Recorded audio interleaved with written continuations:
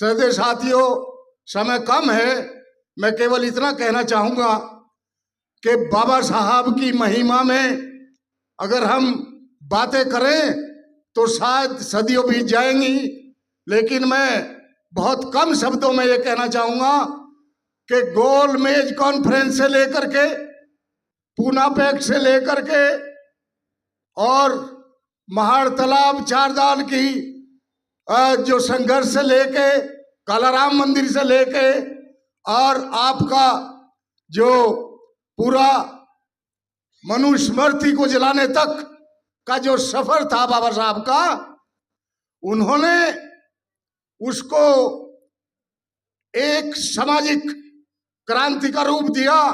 और वो सामाजिक क्रांति जो बाबा साहब ने समता सैनिक दल बनाया था, उसके ध्वज के नीचे हुई। श्रद्धेय साथियों, बाबा साहब ने एक सामाजिक संगठन समता सैनिक दल, राजनीतिक संगठन रिपब्लिकन पार्टी और धार्मिक संगठन भारतीय बौद्ध महासभा बनाई।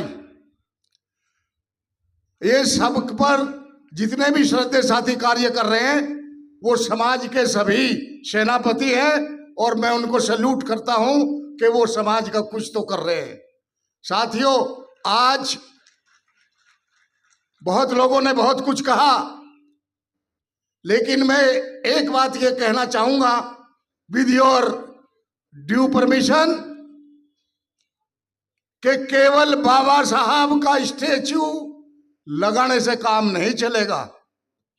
उनके बताए हुए रास्ते पर, उनके अधीरे कामों पर और जो श्रद्धेय साथी जिस जगह है, चाहे वो सेंटर में है और चाहे वो स्टेट में है और जो संवैधानिक पद पर है, जो बाबा साहब चाहते थे इस समाज के लिए, उनको वो कार्य करना चाहिए। बहुत सी चीजें हैं, आज अगर मैं कहना शुरू करूं बहुत समय लगेगा। आप सब जानते हैं साथियों, दिल्ली में आज तक आयोग नहीं बना। दिल्ली में आज तक बहुत सी चीजें नहीं हुई। छात्रवृत्ति पर भी दिक्कत है और एक बाबा साहब के नाम से अवार्ड दिया जाता था, वो अवार्ड भी नहीं हुआ। 8 से 9 साल हो गए हैं। मैं एक सामाजिक व्यक्ति की हैसियत से बात कर रहा हूं। मैं अंबेडकर का सिपाही हूं और मैं बाबा साहब के सिपाही होने के नाते से जो समाज के काम नहीं होते उनके लिए हमारा बोलना फर्ज है। इसीलिए तो हम सामाजिक संगठन चला रहे हैं। और यदि हम ऐसे मौके पर भी कुताही कर जाएं तो मैं समझता हूं वो कोई अच्छी बात नहीं है। साथियों, बाबा साहब की आज जिन लोगों के लिए उन्होंने काम किया, SC ST OBC, उनकी मूर्तियां तोड़ी जाती हैं और उन पर शिफ्ट कर दी जाती है, हटा दी जाती है और फिर लोग बाबा साहब का नाम लेते हैं और उन मूर्ति तोड़ने वालों का कुछ नहीं बिगड़ता। बहुत शर्मनाक चीज है। एक बार मुझे एक OBC महासभा में बुला गया।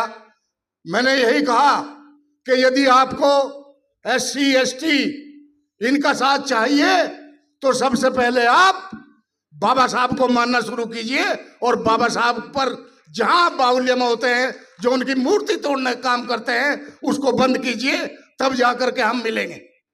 साथियों, हम सबका एक ध्येय हो कि समाज को हम किस तरह से एक बेहतर व्यवस्था दिलवा सकते हैं।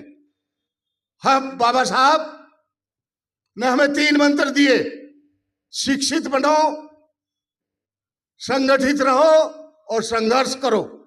लेकिन शिक्षित का मतलब उनका ये नहीं था केवल डिग्री लेकर के घर बैठ जाओ। शिक्षित का मतलब उनका था कि आप समाज में जागरूक रहिए और समाज को जागरूक कीजिए और समाज की परिस्थितियों से अपने को अवगत कीजिए। संगठन के लिए उन्होंने कहा कि जब आप शिक्षित हो जाओगे बेहतरी से, संगठन अपने आप बनेंगे और वो संगठन बेहतर काम करेंगे समाज के लिए। संघर्ष करना है। संघर्ष उन्होंने ये नहीं कहा कि हम तोड़फोड़ करेंगे या घेराव करेंगे। उनका मतलब ये था कि हम संघर्ष करेंगे अपने हक हकूक की लड़ाई के लिए, हम संघर्ष करेंगे अपने अधिकारों के लिए, हम संघर्ष करेंगे समाज को न्याय दिलाने के लिए। तो साथियों,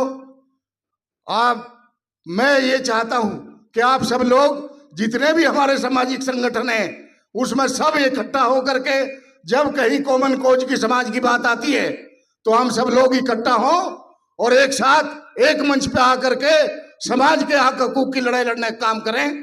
तब तो हम बाबा साहब के अनुयायी हैं, नहीं तो ऐसे नाम लेने से काम नहीं चलेगा। बाबा साहब के संविधान को अगर हमने नहीं बचाया, जिस संविधान से आज हम यहां बोल पा रहे हैं, उस पर खतरा है, उस संविधान को बचाना है। श्रद्धेय साथियों, बाबा साहब ने कहा था संविधान देते टाइम कि आज मैं ये संविधान दे रहा हूं, राजनीतिक तौर से एक वोट का एक अधिकार तो हमें मिला, लेकिन सामाजिक और आर्थिक अगर असमानता रही तो सर्टेनली वो दिन दूर नहीं है कि लोग ये इस व्यवस्था का चकनाचूर कर देंगे। साथियों, बहुत समय न लेकर के आपने मुझे समय दिया, आपने मुझे सुना, और मैं सभी श्रद्धेय साथियों का बहुत बहुत धन्यवाद, साधुवाद, और जितना भी आयोजन करता है उनको मेरा बहुत बहुत साधुवाद, बहुत